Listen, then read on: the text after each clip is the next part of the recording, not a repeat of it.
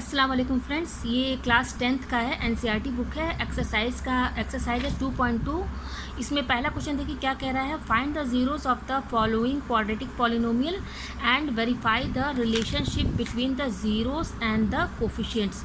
इसमें आपको जीरोस भी निकालने हैं और दूसरा है verify the relation between the zeros and the coefficients. ठीक है, तो ये जितने भी आपको क्वेश्चन दिख रहे हैं क्वाड्रेटिक, ये सब क्वाड्रेटिक पॉलिनोमियल। क्वाड्रेटिक क्यों है? क्योंकि देखिए यहाँ पर हाईएस्ट डिग्री क्या है, इसकी डिग्री क्या है 2 है। यहाँ पर भी देखिए डिग्री 2 है, ये भी डिग्री 2 है, ये भी डिग्री 2 है, यहाँ पर भी डिग्री 2 है, इधर भी और ये भी। तो ये सब क्या है, हमारे क्वाड्रेटिक पॉलिनोमियल है।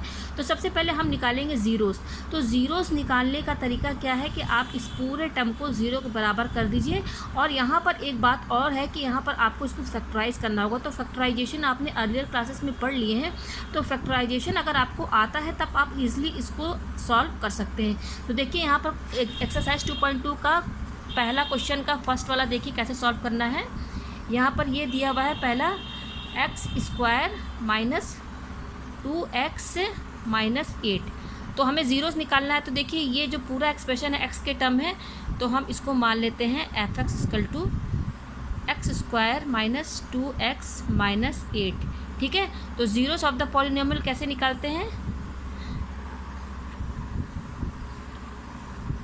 जीरोस ऑफ द पॉलिनोमियल का होता मतलब है f(x)0। इसको पूरा को 0 के बराबर कर देंगे तो यहाँ से हमारा जीरोस ऑफ द पॉलिनोमियल निकल जाएगा। तो f(x)0 का मतलब क्या है? इस पूरे क्वाड्रेटिक पॉलिनोमियल को किसके बराबर कर देंगे हम? 0 के बराबर कर देंगे। ठीक है, तो अब यहाँ पर देखिए क्या कह रहा है। अब इसको फैक्टराइज करना है। तो फैक्टराइज कैसे करेंगे? ये 8 है तो 4 2 जा क्या होता है? 8 होता है। तो हम इसको ऐसे लिख लेंगे। ठीक है, 8 जो है 8 किसके टेबल में आता है? 4 2 जा 8। तो ये दो नंबर हमें ऐसे मिले हैं। अगर हम इन दोनों को सब्ट्रैक्ट करेंगे 4 - 2 तो ये 2 के बराबर हो जाएगी। यानी कि 4 - 2 क्या हो जाएगा? 2 के बराबर। तो इसलिए हमने इसको देखिए -4 + 2x लिखा है। क्यों? क्योंकि यहाँ पर देखिए हमें -2x लाना है। तो -2x यानी कि ये जो 4x जो होगा इसका साइन जो होगा माइनस होगा और ये प्लस होगा। तो माइनस प्लस माइनस, तो 4 में से 2 का 2 आया और बड़ा क्या है? 4x है, हमारा 4 है, इसलिए माइनस का साइन लगा। ठीक है, तो इसलिए -2x के बराबर ये जो पूरी टर्म है ये -2x के बराबर हो जाएगी। ठीक है, तो अब देखिए इसको क्या करेंगे? पेयर बनाइए। ये 4 आए हैं तो 2 का आप पेयर बनाइए। तो x² माइनस 4x प्लस और ये है 2x माइनस 8। ठीक है, ये पेयर हमने इनको ग्रुप में ले लिया है। ठीक है, अब क्या करेंगे? यहाँ से क्या कॉमन आ रहा है? हमारा x आ रहा है। ठीक है, तो ये हो जाएगा x - 4 प्लस यहाँ पे क्या कॉमन हमारा आ रहा है? 2 आ रहा है। ठीक है, तो ये हमारा ऐसे हो गया। ठीक है, अब उसके बाद क्या होगा? इसमें और इसमें क्या कॉमन आ रहा है? हमारा x - 4 कॉमन आ रहा है। तो क्या बचेगा? x + 2 = 0 हमारा बचेगा। ठीक है, x + 2 हमारा बचेगा। तो x - 4 ये क्या है? ये दोनों जो है 0 के बराबर है। इसका मतलब x - 4 भी 0 है और x + 2 भी जो है हमारा 0 के बराबर है। तो यहाँ से हमारा x की वैल्यू क्या निकलेगी? ये -4 = किधर आएगा? तो ये +4 हो जाएगा। और यहाँ से x की जो वैल्यू है ये +2 है। जब = किधर जाएगा तो आ जाएगी हमारी -2। तो ये जो दो वैल्यूज़ आई हैं ना x की, यही ज़ीरोस हैं। और दूसरी चीज़ कि ये क्वाड्रेटिक पॉलिनोमियल है, डिग्री 2 है, तो डिग्री 2 है तो ज़ीरोस भी 2 ही आएंगे। तो देखिए हमारे 2 ज़ीरोस आ गए। ज़ीरोस का मतलब x की वो 2 वैल्यूज़ जिसको यहाँ पर रखेंगे तो ये पूरी टर्म 0 के बराबर हो जाएगी, इसलिए इसको ज़ीरोस ऑफ द पॉलिनोमियल कहा गया। तो ये x की 2 वैल्यू आई है तो ये 2 ज़ीरोस आए हैं। तो ज़ीरोस लिखने का तरीका है, अगर 2 ज़ीरोस है तो हम अल्फ़ा और बीटा के टर्म्स में इसको लिखेंगे। तो एक वैल्यू हमारी 4 आई तो इसको अल्फ़ा = 4 और दूसरी क्या आई है हमारी? -2। ठीक है, तो ये बीटा हो गई। ये हमारे 2 ज़ीरोस आ गए। तो पहला तो हमारा सॉल्व हो गया। पहला क्या पूछ रहा? Find the zeros of the following quadratic polynomial. तो मैंने इसका 2 ज़ीरोस निकाले। अब हमें ये निकालना, verify the relationship between zeros and the coefficient. ठीक है, तो यहाँ पर देखिए verify the relationship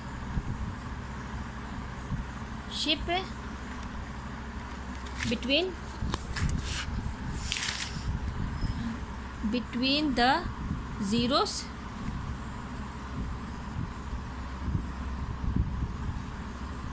and its coefficient. ठीक है, तो इसका क्या तरीका है?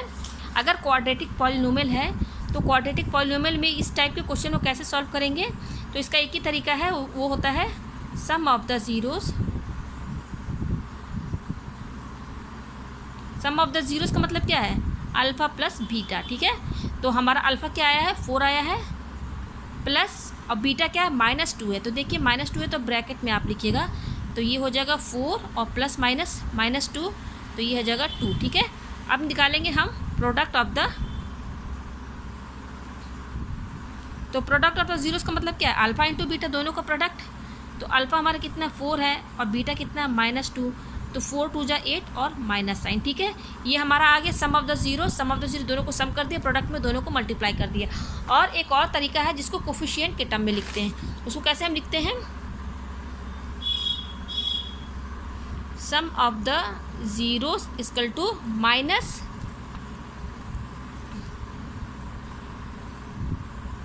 इसको यहाँ मैं अलग से लिख दे रही हूँ, minus coefficient of x upon coefficient of X square, ठीक है। ये एक दूसरा तरीका कोफिशिएंट के टर्म में सम ऑफ द ज़ीरोज़ निकालने का।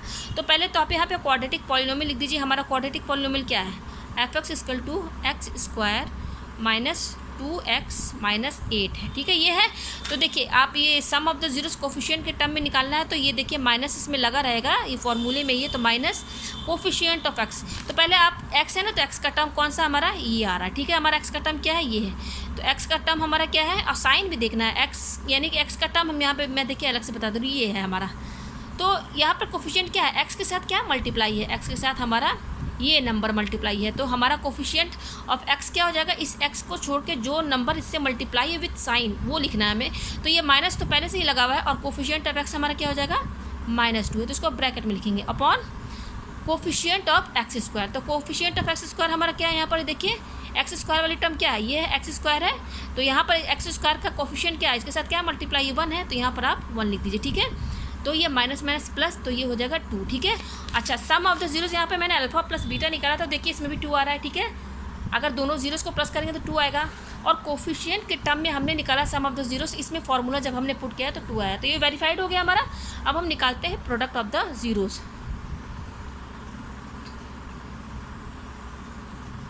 प्रोडक्ट ऑफ द ज़ीरोज़ कैसे निकालते हैं, उसका क्या फॉर्मूला है, constant term upon coefficient of X square, ठीक है। तो क्वाड्रेटिक पॉलिनोमियल क्या है, इसको यहाँ पे आप इसको सामने रखेंगे, यहीं से आपको कोफिशिएंट मिलेगा कांस्टेंट टर्म। तो देखिए कांस्टेंट टर्म का मतलब क्या है, सिंगल एक वैल्यू जो कि फिक्स्ड हो बिल्कुल। तो देखिए फिक्स्ड क्या है, 80 है हमारी, विथ साइन, साइन भी देखना है, तो इसका साइन क्या है, -8, ठीक है। तो इसी को कांस्टेंट टर्म कहेंगे, ठीक है। और ये सब कांस्टेंट टर्म नहीं है, वेरिएबल है, क्यों, क्योंकि इसके साथ x एक वेरिएबल इसके साथ मल्टीप्लाइड में है। तो कांस्टेंट टर्म हमारा क्या है, -8, ठीक है।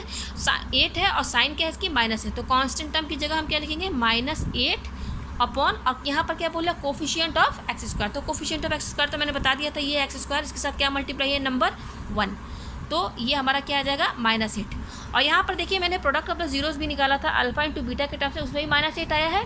और यहाँ पर प्रोडक्ट ऑफ द ज़ीरोज़ जो मैंने कोफिशिएंट के टर्म में निकाला तो इसमें भी -8 आया, तो ये वेरीफाइड हमारा हो गया। तो आपको इसी तरह से सॉल्व भी करना है।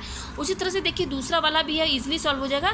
इसको आपको क्या करना पड़ेगा, फैक्टराइज करना पड़ेगा, ठीक है। आपको फैक्टराइजेशन आना चाहिए, किस तरीके से करना है ये अगर आपको मालूम है तब आप इसको सॉल्व कर लेंगे। मुझे उम्मीद है कि आपको ये पहला क्वेश्चन अच्छे से समझ में आ गया होगा। मैं नेक्स्ट क्वेश्चन जो है अगले वीडियो में बताऊँगी।